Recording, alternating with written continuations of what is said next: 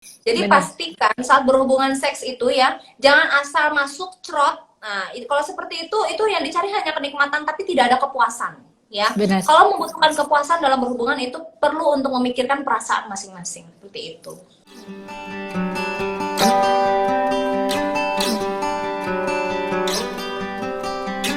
Mam, ada saran nggak untuk papa mama yang kalau berantem cepet banget untuk ngomong, udah kita cerai aja lah. Anjir. Astagfirullahaladzim. Udah kayak pacaran kita putus ya. Ih, Nora. Iya, maksudnya ya ampun, Nora. Astagfirullahaladzim. Gue takut juga sih ngomong kayak gitu, ntar gue kualat lagi. Jangan ya. Emang Mbak, ada yang curhat ya kayak gitu ya? Ada ya yang curhat kayak gitu ya? Ada. Ya ampun, lu motivasinya apa sih? Lo pikir pernikahan ini mainan? Ini semua tuh sah di mata Tuhan loh. Maksudnya, Benar. oh my God, pernikahan itu ya, itu sakral. Itu adalah janji kita dengan Tuhan. Lu ingat lagi deh. Dulu kenapa masalahnya Mbak, alasan orang menikah tuh beda-beda. Itu sih yang aku. Ada. Benar. Kita harus lihat ke situ ya. Ada yang menikah karena dijodohkan, sehingga mungkin ya bla bla bla bla gitu ya. Mohon maaf juga ada yang mungkin menikah karena terpaksa, sudah ada isi, sudah Benar. maaf ya, maksudnya kayak gitu. Jadi akhirnya pernikahan itu bukan karena keinginan Karena niat dari masing-masing dari awal barengan. Betul. Jadi lebih kepada ini adalah hal yang urgent untuk dilakukan seperti itu. Nah, makanya mungkin aku pesennya nih untuk yang belum menikah dulu yang nonton ini ya.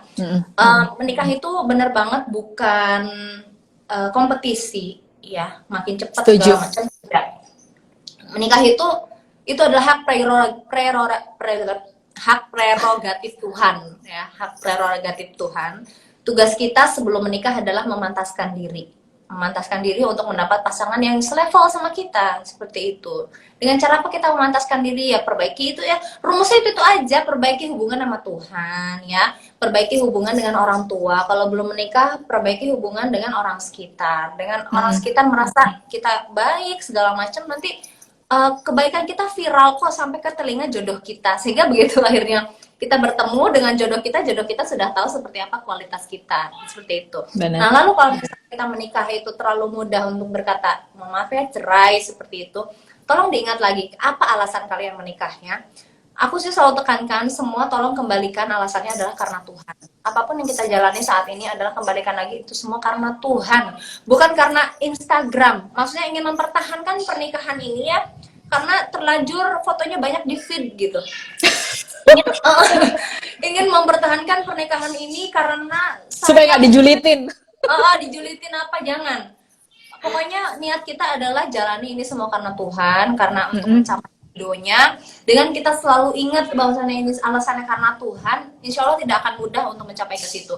Dan harapannya juga gini, jangan cuma para istri aja yang meningkatkan kualitas hubungan dengan Tuhan. Harapannya pihak suami juga ya. Benar. Ingat ya, kalian itu adalah imam dalam rumah tangga. Justru seharusnya kalianlah yang bertanggung jawab untuk mengedukasi ketauhidan. Tauhid, ngerti ya tauhid gak ya? Untuk mengedukasi istri kalian. Keimanan. Ya.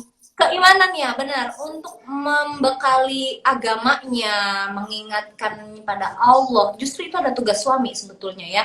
Mengingatkan ke tauhidan gitu, ngerti gak ya? Pokoknya kayak gitulah. Itu justru semuanya tugas suami. Makanya tugas suami itu sangat berat. Ya, harus banyak belajar agama untuk kemudian diestafetkan lagi ke istri. Harapannya dengan suami dan istri bertumbuh dalam jalan Tuhan, harapannya ke depannya juga tidak akan mudah lagi untuk berkata cerai. Amin. Oke. Mam, mohon maaf, kali ini kita nih malam Jumat.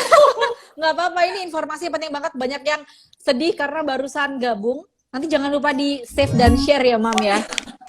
Siap, Mam. Karena ini tinggal 7 menit, kita jawab cepat boleh ya? Ini ada beberapa pertanyaan, boleh langsung dijawab cepat. Nanti kalau masih ada waktu, kita jawab pertanyaan yang sudah masuk melalui komen. Idealnya, Pak Sutri melakukan hubungan seks dalam sehari atau seminggu, itu berapa kali? Kalau menurut Dokter Boyke, itu tergantung usianya Mbak. Kalau usia di bawah 30 tahun ya, itu disarankan seminggu 3-5 kali. Mampus nggak loh? Jadi kalau di bawah 30 tahun itu 3-5 kali, modar nggak? Kalau di atas 30 sampai 40 tahun itu berapa kali itu ada ya, harusnya aku tayangin cuma aku nggak bawa. Cuma itu semua tidak pasti. Intinya dikembalikan dengan kenyamanan dan dengan konsen loh ya, konsen pasangan masing-masing. Ya harapannya semakin sering skin to skin akan tidak terjadi bingung puting antar pasutri. Harapannya sih seperti itu ya, Mbak ya. Bener. Paling nggak dalam sebulan tuh ada lah ya. Tapi yang sebulan sedih banget, seminggu sekali lah paling nggak, sedih banget sih. Paling enggak, ini kitanya ini juga jangan beranggapan oh seminggu harus 3 kali. Akhirnya dilakukan 3-5 kali, tapi akhirnya nggak spesial. Yang penting tuh adalah benar-benar waktunya suami istri sama-sama mau, jatuhnya itu spesial. Meluangkan waktu. Aku mau tekankan, fungsi berhubungan seksual itu 3 ya. Tidak hanya untuk bereproduksi, tapi juga untuk relasi dan juga untuk rekreasi.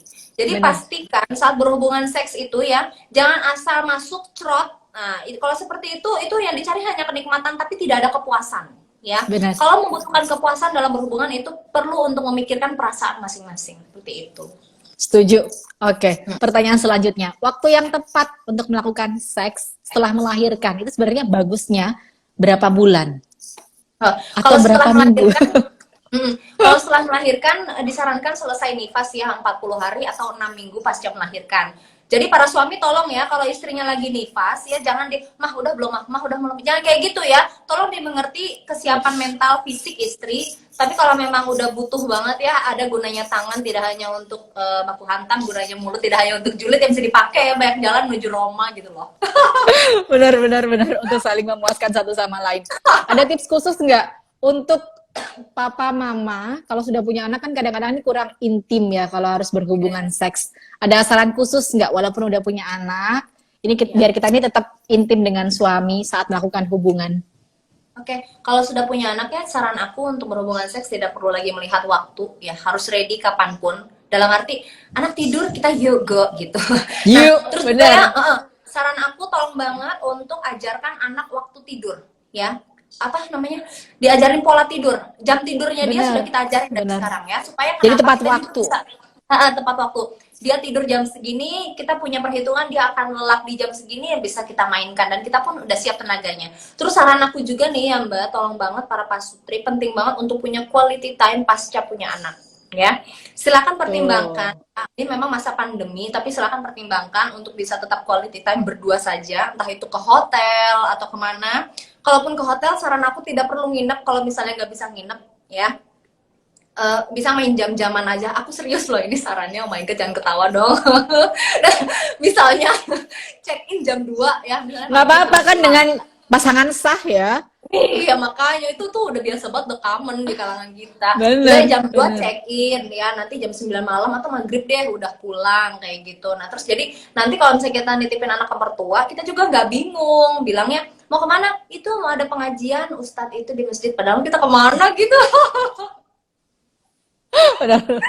Oke, Mam, sebenarnya untuk kita memperkenalkan sex education kepada anak tuh tepatnya baiknya itu di umur berapa anaknya? Oh, dari umur anak aku umur sekarang itu ya 2 tahun 3 tahun ya. Waktu aku dari umur 2 tahun aku sudah kenalkan dia organ tubuhnya, minimal organ tubuh yang kita kenalkan ya kalau sex education. Ini kepala, pundak, lutut, kaki, kalau paling basic kan itu ya melalui lagu. Tapi kalau misalnya pas lagi mandi, lagi temenin dia pipis gitu, itu aku kasih tahu, Teteh, ini nenen ya, Teteh juga punya nenen sama kayak Umi, tapi ini nggak boleh ada yang pegang loh ya. Terus Teteh harus tahu ini namanya vagina nih, ini namanya pantat, ini nggak boleh ada yang pegang loh. Itu sering aku selalu sounding Mbak.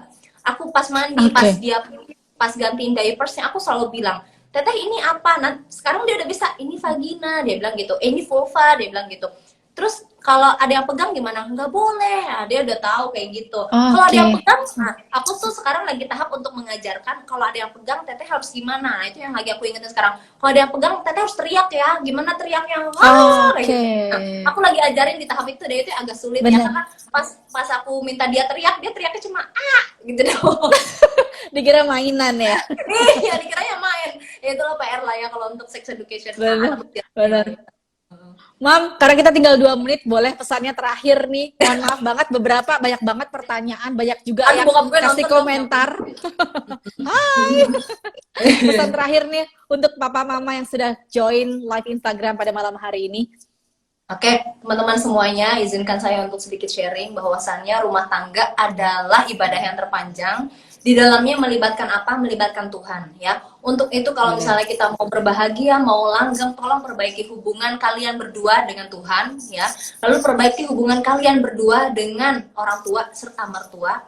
Lalu perbaiki hubungan kalian dengan pasangan masing-masing, salah satunya dengan mempelajari bahasa cintanya, ya. Hargai apa yang menjadi apa yang sudah dia bawa di masa lalu, ya. Benar. Hargai juga orang tuanya. Itu adalah cara kita untuk menghormati mertua kita, seperti itu. Jadi harapannya juga semoga dengan kita bertumbuh bersama dalam jalan Tuhan, itu bisa membuat pernikahan ini semakin langgeng. Paling itu ya Mbak. Terus jangan lupa boleh baca buku Uncensored, ya. Benar, wajib dipunya, ya.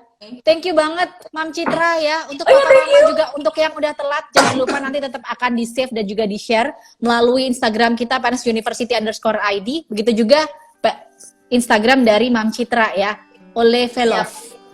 Oke, saya Rina Koto pamit undur diri. Mohon maaf apabila ada salah-salah kata. Sampai jumpa di lain kesempatan. Selamat malam, selamat beristirahat. Thank you Parent University. Assalamualaikum. Waalaikumsalam warahmatullahi wabarakatuh.